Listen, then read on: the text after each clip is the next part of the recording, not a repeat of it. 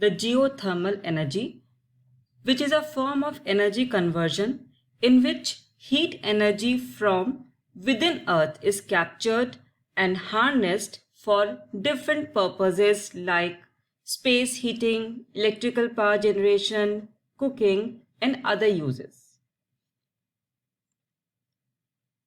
Now, geothermal energy is a renewable energy or a non-renewable energy. So, of course, you all know that geothermal energy is a renewable energy and it comes from within the earth. Heat from Earth's interior generates surface phenomenon such as lava flows, geysers, hot springs, and mud pots. Now, this heat is mainly produced by the radioactive decay of potassium, thorium, and uranium in the Earth's crust and mantle. This heat is also produced by the friction generated along the margins of continental plates. So, for the first time, geothermal energy was used in 1904 in Italy, and from then onwards, this energy is being continuously used. If we look at the heat energy produced, then it is estimated that energy can be recovered and utilized on the surface is about 4.5 into 10 to the power 6 exajoules, which equates to roughly 3 times the world's annual consumption of all types of energy. This energy, generated and stored in the earth, present in rocks and fluids beneath the earth crust, and can be used as far down to the Earth's hot molten rock, the magma. When the magma comes near the Earth's surface, it heats groundwater trapped in porous rocks and water running along fractured rock surface and faults. The word geothermal comes from a Greek word geo means earth and therm means heat. This type of energy, which is a renewable energy, is cost-effective, reliable, sustainable, and environment friendly. And of course, it is a non-conventional source of energy.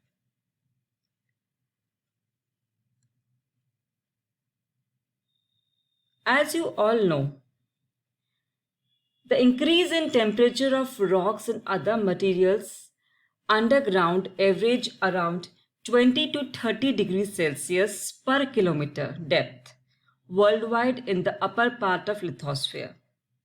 And this rate of increase is much higher in most of the Earth's known geothermal areas.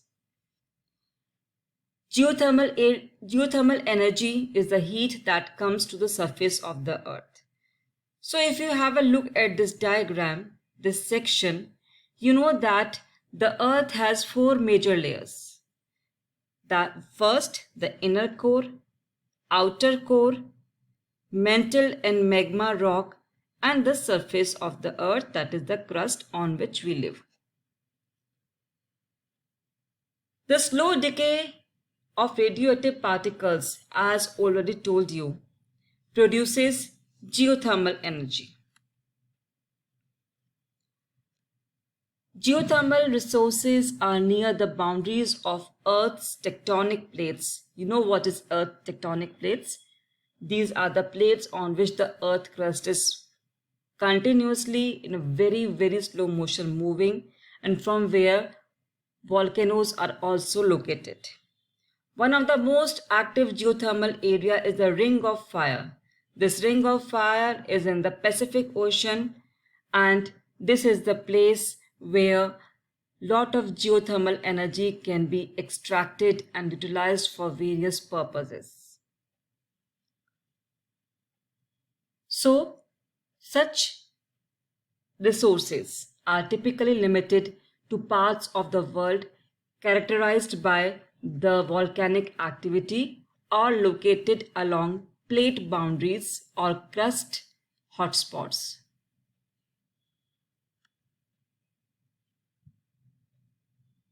So where do you find geothermal energy? Geothermal energy reservoirs are naturally occurring hydrothermal resources, and they make their way to the Earth's surface by volcanoes and fumaroles, hot springs, geysers. These reservoirs are situated deep underground and are largely undetectable above the ground. So we have to use a good technique for it.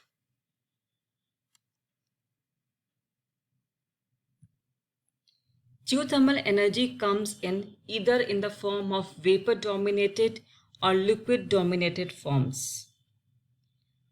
Lardera and the geysers are vapor dominated. So we have different types of geothermal energy, either liquid dominated reservoir or in the form of thermal energy or enhanced geothermal energy. So now let us see these three types in detail. This is a comparative outlook of the different types of geothermal energy. First, we come to liquid dominated reservoir. These are those where the temperature is greater than 200 degrees Celsius and are generally found near young volcanoes surrounding the Pacific Ocean and rift zones and hotspots. Liquid dominated reservoir is of two types: higher temperatures liquid dominated reservoir and lower temperature LDR. Higher temperatures LDRs have temperature more than 200 degrees Celsius. Flash plants are the common way to generate electricity, and this we will learn in detail later on. For this, the pumps are generally not required because the temperature level is already very high to produce steam. Most wells generate 2 to 10 megawatt of electricity. In lower temperature LDRs, the temperature range is between 120 degrees Celsius to 200 degrees Celsius. Here, the water passes through a heat exchanger in a Rankine cycle binary plant. The second type of energy resource is the thermal energy resource. Here, the temperature varies from 30 degrees Celsius to 150 degrees Celsius and are used without conversion to electricity as greenhouse, fisheries, mineral recovery, industrial process heating and bathing purposes. Heat is also be extracted from cogeneration at a geothermal electric plant. The third type of geothermal energy is the enhanced geothermal energy. Here, there is an active injection of water into wells to be heated and pumped back out.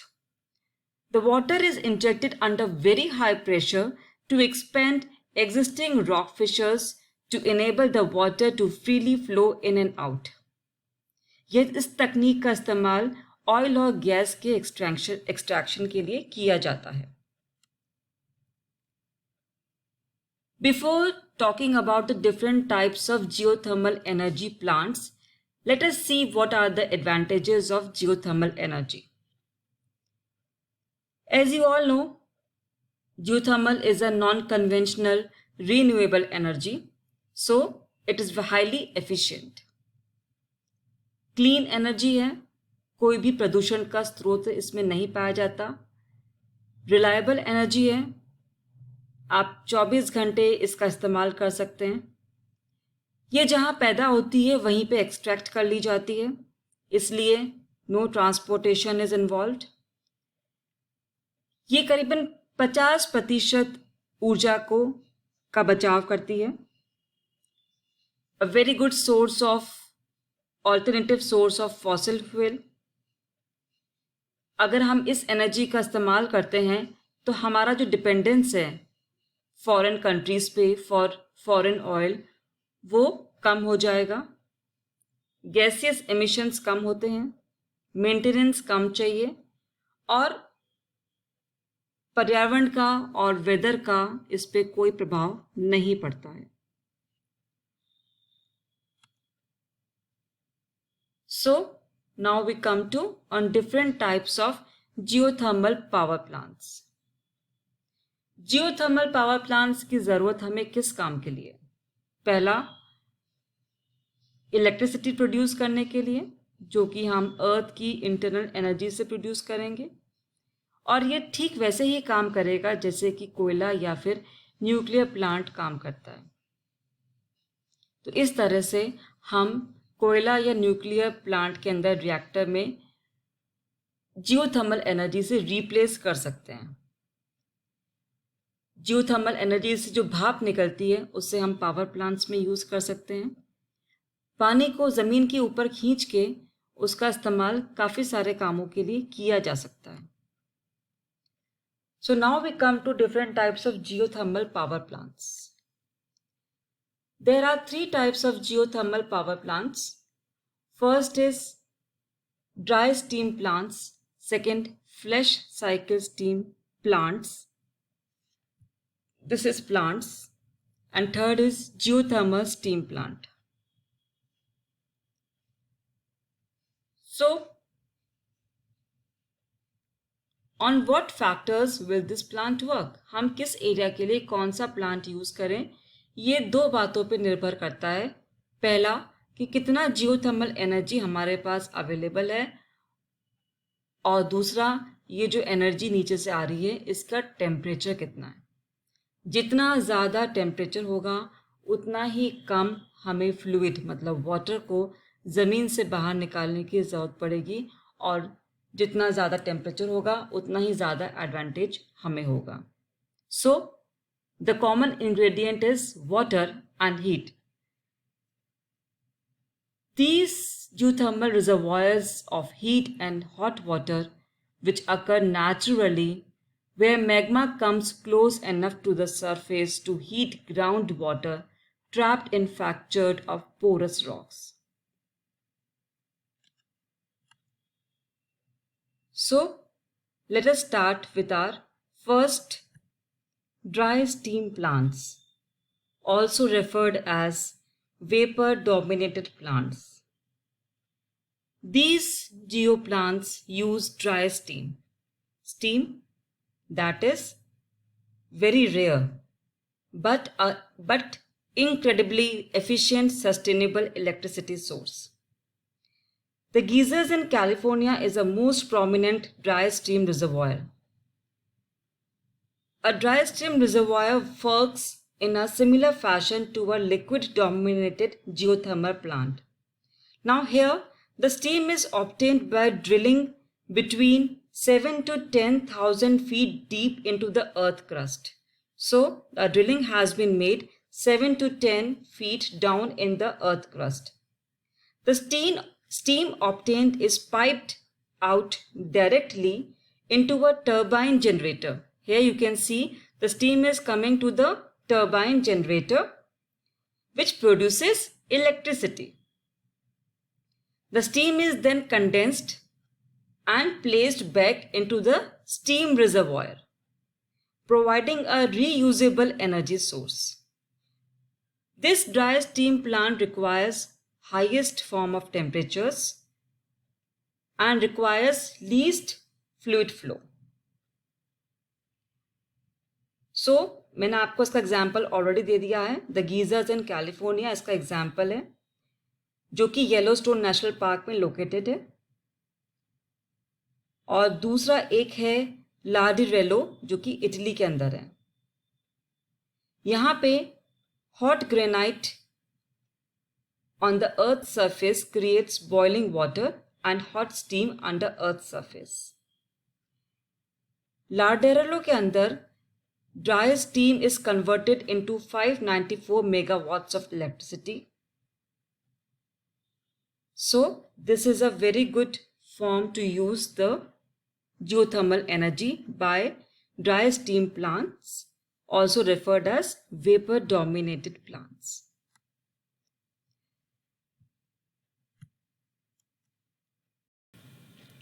Flash cycle steam plants, also referred as liquid dominated power plants. These conduct flash steam by pressurizing hot water from the surface of the earth. Now here the temperature of the water must be very high and should be under its own pressure so that it flows upwards through the well. As moving upwards, its pressure decreases. So some of the water flashes to steam, which is passed through the turbine for the generation of electricity.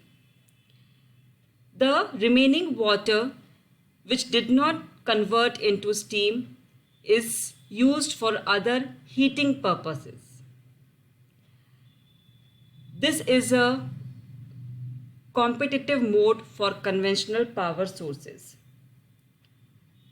These reservoirs are more common than others and are generally used to produce electricity and power more stations. Now you can have a look at this animation. You see there is magma deep inside the earth and which produces heat. Due to heat, there is a geothermal reservoir having hot steam and hot water. So the hot steam is used as a steam water separator in the steam water separator, going through a turbine and generating electricity. The hot water is used for other purposes. This is how a geothermal reservoir is used for various purposes and for our benefit. These reservoirs are found in specific locations including rift zones, mental hotspots, and near new volcanoes in the Pacific Ocean. The largest liquid dominated system in the world is found in Cerro Prieto. Next we come to geothermal power plant, or we can say as binary cycle plant. It is used when the water in a reservoir is not hot enough to transform into steam. इसका मतलब ये है कि इस तरह का plant का इस्तेमाल वहाँ होता है जहाँ पर पानी बहुत ज़्यादा गर्म नहीं होता. दैट इज़ इसका टेम्परेचर काफ़ी नीचे होता है और वो स्टीम में कन्वर्ट नहीं हो सकता. सो it is used to heat a liquid that expands when heated. This fluid increases the pressure around the generator, causing a turbine to turn and produce electricity. The fluid is recycled and used again in the form of reusable energy source. This is the most readily available geothermal resource throughout the country. The water from the well flows up. There is a heat exchange, and due to which it vaporizes and then passes through a turbine. Now this binary plant works upon liquid dominated reservoirs found under the earth crust. Binary plant work with water at low temperatures and generally between 225 to 360 degrees Fahrenheit. Due to such low temperatures of water, the water must be pumped up to the earth's surface and boiled into a working fluid. Due to the abundance of cold water reservoirs in the earth's surface, this plant is generally used in United States. It is also used to create minimal air emissions due to constant separation between the water from Earth's surface and the working fluids during the operation. So, till now we have seen the different advantages of geothermal energy, its importance, and how we can extract geothermal energy by use of various plants. But there are certain disadvantages also. First is the piping system. As you all know, geothermal energy को हम वहीं पे extract कर सकते हैं जहाँ पे वो प्रोड्यूस होती है, जहाँ पे उसका सोर्स है। तो उसको एक्सट्रैक्ट करने का जो भी मैकेनिज़्म है, जो सिस्टम है, पाइपिंग सिस्टम है, उसको वहीं पर होना पड़ता है।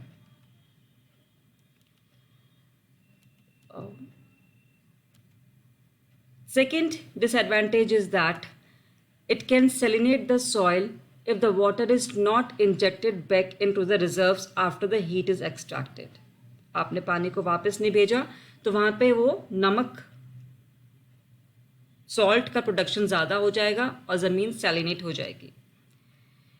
तीसरा इसका लिमिटेशन है कि ये वहीं पे काम आ सकता है जहाँ पे ये प्रेजेंट है, जहाँ पे इसका सोर्स है। इसके अलावा द एक्सट्रैक्शन इज़ एक्सपेंसिव, हम इसको वाइडली यूज़ नहीं कर सकते। स्टीम के बिना हमारा इसका यूज़ लिमिटेड हो जाता है। एट सम प्लेसेस ये gaseous, harmful, toxic gaseous emissions भी दे सकता है, and of course it can not be easily transported. So these are the certain disadvantages of geothermal energy. Geothermal energy has its effect on the environment also. As already mentioned, it may release certain toxins, certain gas in the air. So, जो fluid ऊपर आ रहे हैं, जिसको हम ऊपर ला रहे हैं, इसमें गैसेस का मिक्सचर होता है और इसमें carbon dioxide, hydrogen sulphide, methane और अमोनिया हो सकता है। कार्बन डाइऑक्साइड एमिशंस या इन सभी गैसेस के एमिशंस के कारण से ग्रीन हाउस गैसेस का क्वांटिटी बढ़ जाती है और वो अल्टीमेटली ग्लोबल वार्मिंग के लिए रिस्पॉन्सिबल होंगे। साथ ही they may cause acid rain.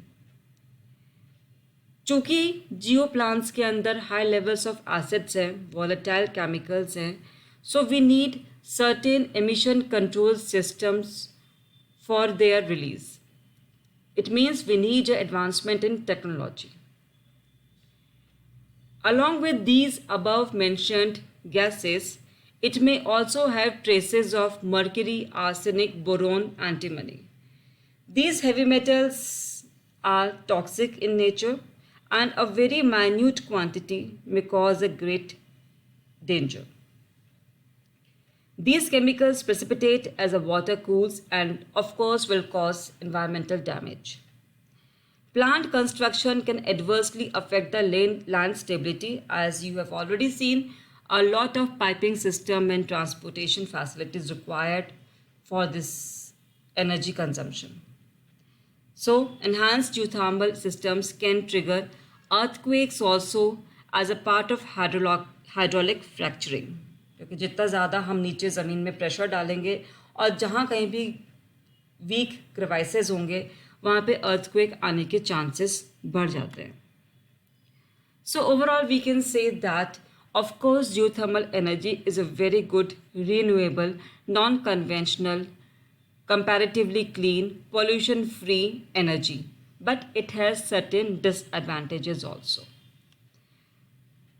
Hope the topic is clear to you, and if you have any problems you can ask me. Thank you.